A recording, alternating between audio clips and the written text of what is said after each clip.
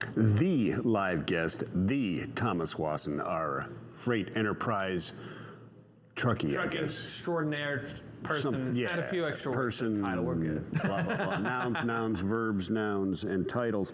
What's going on, my friend? We're dealing with high fuel. We're dealing with consumer sentiment going down opposite directions. What's going on, my friend? I mean, I'm going long for popcorn right now. Okay. If you look at the overall stock market, especially with energy prices and stuff, we're starting to see a huge impact. And I mean, we've been talking about diesel for the past month and a half to 2 months now, but it has still gone up. So unfortunately, no, I'm not beating a dead horse, but we are beating an empty fuel barrel if it gets, if you're in the Northeast pretty soon, because, so we did a recent newsletter, Loaded and Rolling, high energy prices, how diesel is impacting it. Well, turns out, still, here's the buzzword, geopolitical events like Ukraine, but to put that in context, looking at the fact that Europe imports around $6.8 million of barrels, 6.8 million barrels of oil per day, and Russia supplied about 600,000 of it. The problem lies in that Europe so far is trying to replace that amount of oil that's imported, including diesel, distillates, everything else. That's right.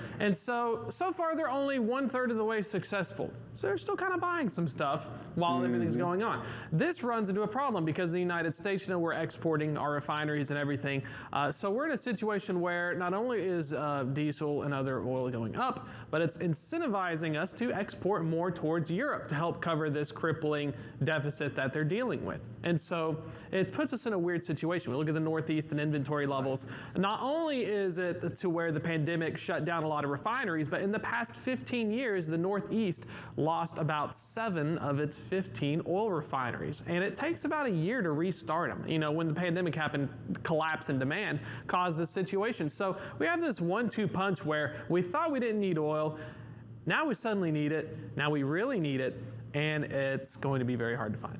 Well, not only do we need it, it's others need it, right? So we're exporting a lot of that oil, trying to make up that 600,000 barrels a day, I think it is, 600 per day, as well as Latin 600,000 per day, which is, our reserves are down about 10 million barrels, I think, or something like that. But you've also got the financial incentive to move it over to, because of the price of it, right? It makes financial sound sense to move it over to Europe and not up the Colonial Pipeline, for example, right? Correct. And backwardization and all that kind of thing. We won't get into that. It's a little confusing to some people. But basically, what you buy that oil for today, 18 days later, when it gets up the pipeline, it could be half that price or a quarter. It's too risky of a move to make it to move it. Completely. Yeah. And so, with that situation, we also need to mention that Latin American countries as well are also willing to buy oil. So we have Europe, we have parts of Latin America, we have a lot of things out there, and when we look at economics, it's not like oil pipelines are suddenly in the move for taking one for the team and just shipping a bunch up in the Northeast. They're under a lot of pressures from ESG initiatives, which is your environmental social governance. Right. And so what does this mean for trucking carriers? We're finally going full circle, by the way.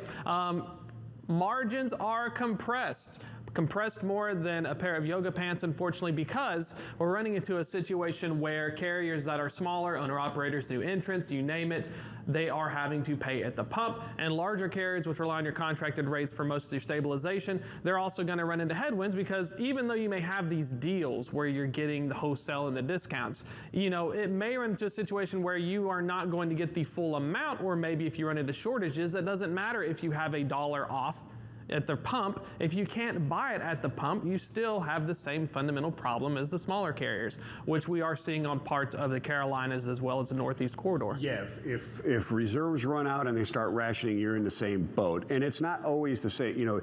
I like to say the enterprise, they make money off of fuel, and they do. Okay, because they're buying at rack or plus or minus, and then they're setting their fuel surcharge off of the retail, right?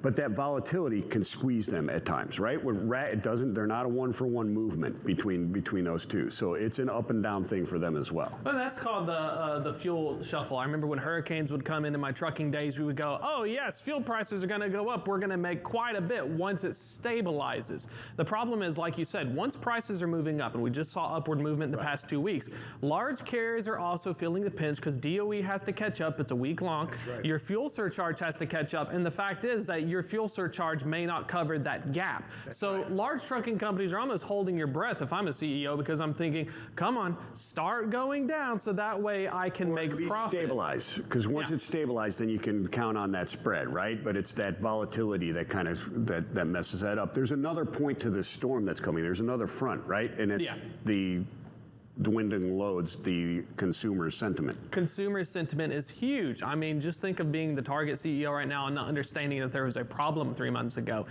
Plug in our data, of course, because we knew that quite a bit. But so, when you're running the consumer sentiment, it is at its lowest point since 2013. And so, Houston, we have a problem. In terms of inflation and expectations, economies are basically psychologically driven. So, your average consumer turns on the TV. They see yesterday the Dow went down by over 1,100 points. They think, oh no, well, I mean, an index went down. They probably don't own any equity, but now the consumer is thinking, well, my fuel is more expensive. My Costco hot dog just went up to $2.50. That's never would have happened before. And now I'm being told that, the Dow's going down. I'm going to change my habits. So University of Michigan goes, they call a bunch of people, they ask, what do you think about what's going on? And so then this survey gets put together and it gets sent out. And so, when we're looking at these declines, these are warning flags. Trucking companies are the canary in the coal mine because we see, the transportation of durable goods.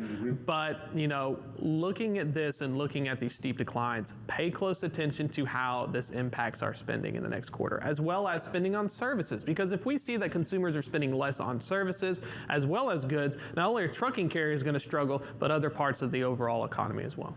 Yeah, absolutely. You've got to be watching all of those different indicators that are going on and paying attention to what the news is saying, because like you said, the consumer is led by their feelings, right? It is. That's why it's consumer sentiment.